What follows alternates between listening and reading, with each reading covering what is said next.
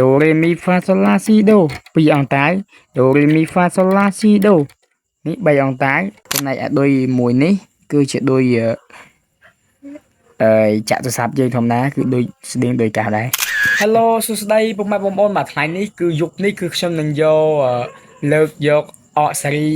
Yamaha អកកណ្ដាលស៊េរីប្រភេទ Yamaha S975 យកមកចែកព្រមដែរពុកម៉ែបងប្អូនអំពីរបៀបប្រើប្រាស់ function ឬមួយក៏ប្រព័ន្ធ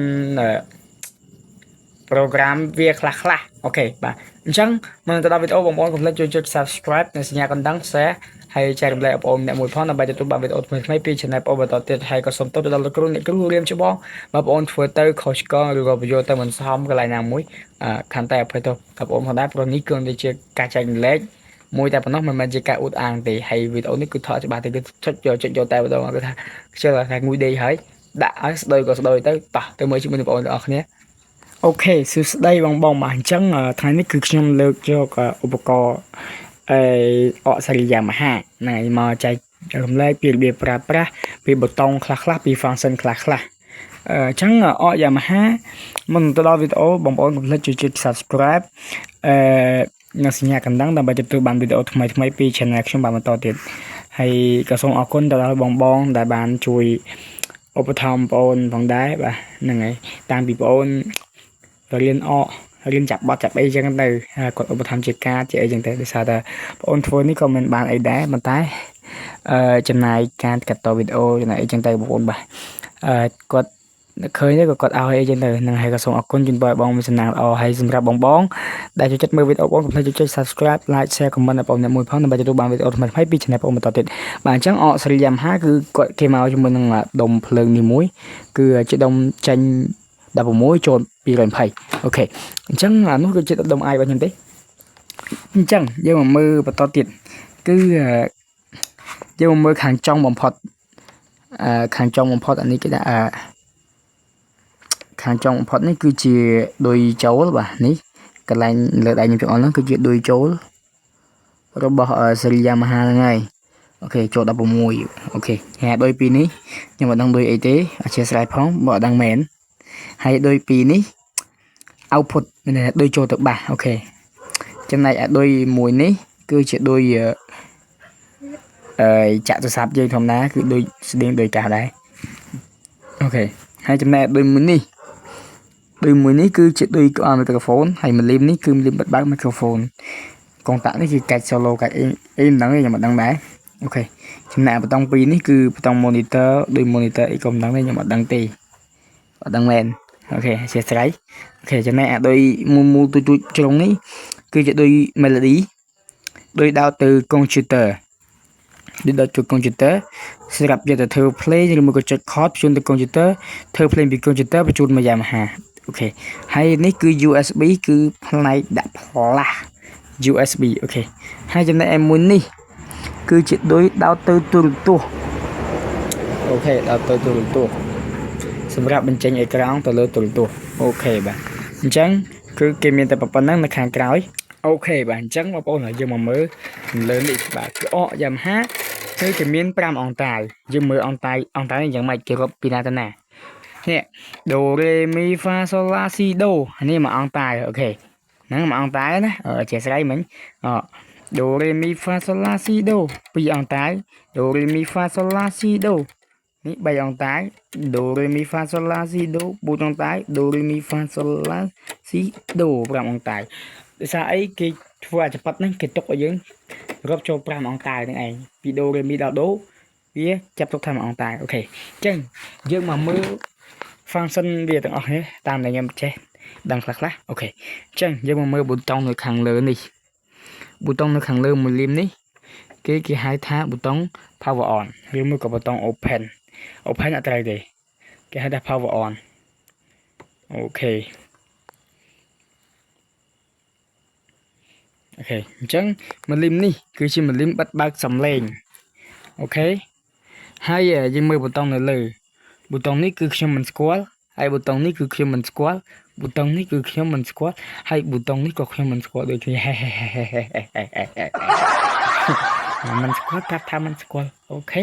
មើលអត់បងអូខេហើយប៊ូតុងនេះក៏ខ្ញុំមិនស្គាល់ ប៊ូតុងនេះក៏ខ្ញុំអត់ដឹងដែរយើងតែក៏យើងមិនសូវប្រើជាចាំបាច់ទេបងប្អូនបាទគឺប៊ូតុងបិទស្គាល់អបិទស្គាល់អីហ្នឹងតែប៉ុន្តែមិនមែនខ្ញុំមិនស្គាល់ទេខ្ញុំស្គាល់ប៉ុន្តែខ្ញុំមិនដឹងថាពាក្យបច្ចេកទេសគេហ្នឹងគេហៅថាស្អីប៉ុន្តែខ្ញុំដឹងថាហ្នឹងចុចទៅមិនចឹងណាបងប្អូនហ្នឹងហើយអូខេអញ្ចឹងប៊ូតុងខាងនេះនៅក្បែរម៉ាលីមខាងឆ្វេងនៅខាងនេះនេះប៊ូតុងអស់នេះគឺជាប៊ូតុង record សំឡេងលើអកយើងអូខេហើយប៊ូតុងនេះគឺជាប៊ូតុង start ចាប់ដើមចាក់ប៊ូតុងនេះគឺជាប៊ូតុង play អញ្ចឹងហេតុអីបានពេលបើកដាក់ play ហើយពេលអានោះបើកដែរមិនក៏ដាក់ play ដាក់ power on ទៅអាមួយគឺជាប៊ូតុងកម្លាំងសម្រាប់បើកពេលថាបើកគ្រឿងមួយគេហៅថា power on ណាបើដល់ជាពី play គេហៅថា play វិញអូខេអញ្ចឹងអូខេហើយអានេះគឺសារទៅក្រោយអានេះគឺសារទៅមុខអូខេហ្នឹងបងប្អូនយល់ហើយកន្លែងហ្នឹងហើយអានេះគឺជាប៊ូតុង folder របស់បរទេសទាំងអស់អូខេមកដល់នេះគឺជាខ្មែរអូខេនេះគឺជា folder របស់ខ្មែរអូខេអញ្ចឹងខាងហ្នឹងមានតែប៉ុណ្្នឹងទេមកដល់ក្រោម folder វិញម្ដងមកដល់ខាងក្រោម folder វាគឺជាអានេះគឺជាកន្លែងនេះកន្លែងសារ៉េអូបឡូអានេះគឺជាម៉ាស៊ីនបោះគ្រឿងណាកន្លែងដូចជាគេដាក់ថាអត់នឹងធ្វើបានអីខ្លះអញ្ចឹងមិនខ្ញុំសាកចុចមើលអូខេនេះមានន័យថាអាណាឡុករបស់អកគេវីដេអូថាអកគេមកពីក្រុមហ៊ុនណាអីហ្នឹងអាហ្នឹងកន្លែងហ្នឹងអានេះខ្ញុំអត់ដឹងទេបងប្អូនមើលសិនទៅ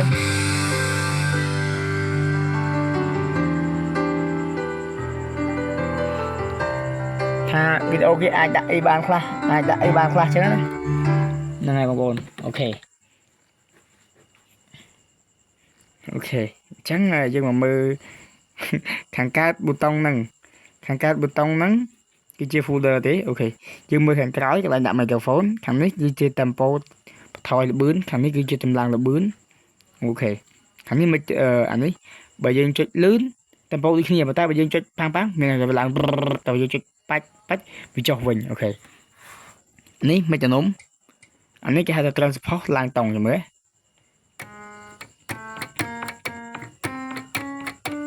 នេះថាបើយើងអត់ចេះលេងតង់ do minor យើងកំពុងតែលេងតង់យើងអត់ចេះលេងតង់ re minor យើងកំពុងលេងតង់ do minor យើងចុចតែមួយទៅវាឡើងតែ re minor ហើយចុចតែ2អូខេអញ្ចឹងអាហ្នឹងគឺជាកន្លែងបែបហ្នឹងអូខេយើងមកមើលកន្លែងនេះម្ដងអូខេអញ្ចឹងកន្លែងនេះលើគេយើងមើលពីស្ដាំវិញអូខេអញ្ចឹងពីស្ដាំនេះបងប្អូនប៊ូតុងមួយនេះប៊ូតុងចូលទៅមើល flash អូខេនេះអូខេតែខ្ញុំដក flash ចេញបាត់ហើយខ្ញុំថយវិញអូខេហើយប៊ូតុងនេះគឺជាប៊ូតុង record ដូចគ្នាអូខេអញ្ចឹងពីហ្នឹងអូខេអានេះ channel អូខេនេះអីចឹងទៅបងប្អូនស្រាវជ្រាវខ្លួនឯងទៅប៉ុន្តែខ្ញុំប្រាប់អានេះមួយគឺអានេះគឺ sampler អូខេអាហ្នឹងគឺ sampler ហើយមកមួយទៀតអានេះគឺប៊ូតុងបូកសលេងចូលជាមួយអាក័រអូខេចាំតិចទៀតបងប្អូនស្រាវជ្រាវខ្លួនឯងទៅហើយអានេះគឺប៊ូតុងរក្សាសំឡេងឲ្យនឹងបើយើងចុចតិចគឺតិចយើងខ្លាំងឬខ្លាំងតែបើចុចអានេះមួយ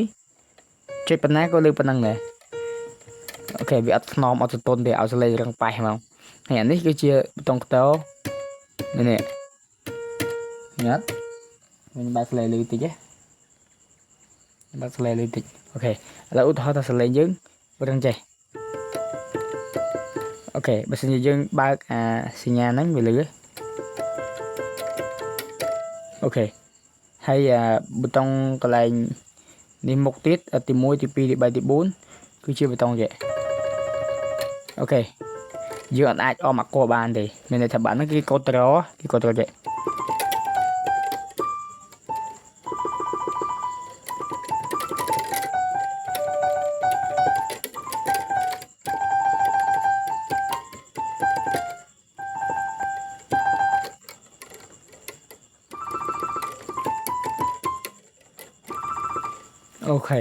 អូខេ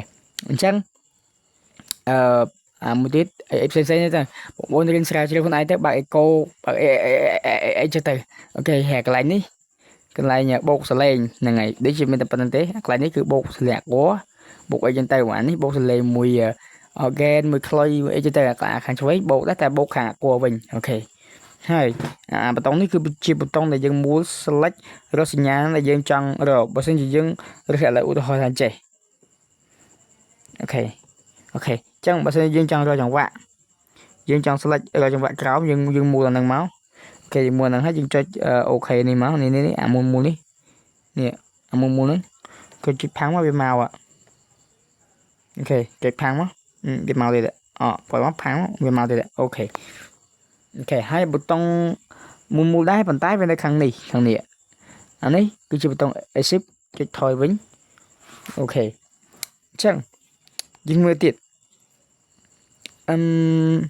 ប៊ូតុង A B C D E F G H I ដល់ J ហ្នឹងពី1ដល់5ហ្នឹងគឺចុចនៅលើអេក្រង់យើងតែម្ដងអូខេហើយមានបង8នៅក្រោមហ្នឹងគឺជាបងដែលយើងត្រូវប្រើប្រាស់អូខេចឹងយើងមិនបាច់ខ្វល់ច្រើនទេយើងមើលមកនេះវិញម្ដងអូខេប៊ូតុងទី1ជួរក្រោមគេទាំងអស់ចោលបងប្អូនប៊ូតុងទី1គឺជាប៊ូតុងបាគួរអូខេប៊ូតុងទី2គឺគេហៅថា input output ទេមានន័យថាពីបន្តិចទៅខ្លាំងពីខ្លាំងទៅតិចអូខេប៊ូតុងទី2នេះប៊ូតុងទី2នេះអានេះselect ដូរតាមបងចង្វាក់ពី4នេះអូខេបើសិនជាយើងសែវនៅបងទី2ចង្វាក់ទី1នេះយើងដាក់ខ្លុយនៅហើយទី2ចង្វាក់បង B យើងដាក់ again អញ្ចឹងពេលយើងលេខ again យើងចុចទី1វាដូរទៅខ្លុយខ្លួនឯងអូតូម៉ាទិកអូខេអាចង្វាក់នេះគឺរក្សាការរស់តាក់គេអូខេ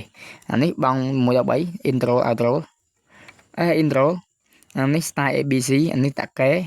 អានេះ outro អូខេអានេះ30កុកអុកអានេះ start ចាប់ផ្ដើមអានេះ play stop អូខេអានេះដោះបូកសលេងអូខេអានេះចុចឲ្យអានេះ unlock locks អូខេ memories អូខេបង Mr. Ben ទាំង8អានេះ sensor ឬក៏ melody pair controller អានេះ4អានេះដកអងតាវបូកអងតាវអូខេអញ្ចឹងវីដេអូបងប្អូនគឺមានតែប៉ុណ្្នឹងទេបងប្អូនហើយជួបគ្នានៅវីដេអូក្រោយហើយបើពេញចិត្តវីដេអូអីគឺសូម comment នៅខាងក្រោមហើយកុំភ្លេចចុច subscribe like share ចែករំលែកបន្តផងដើម្បីទទួលបានវីដេអូថ្មីៗពី channel បងប្អូនបន្តទៀតអូខេបាយបាយ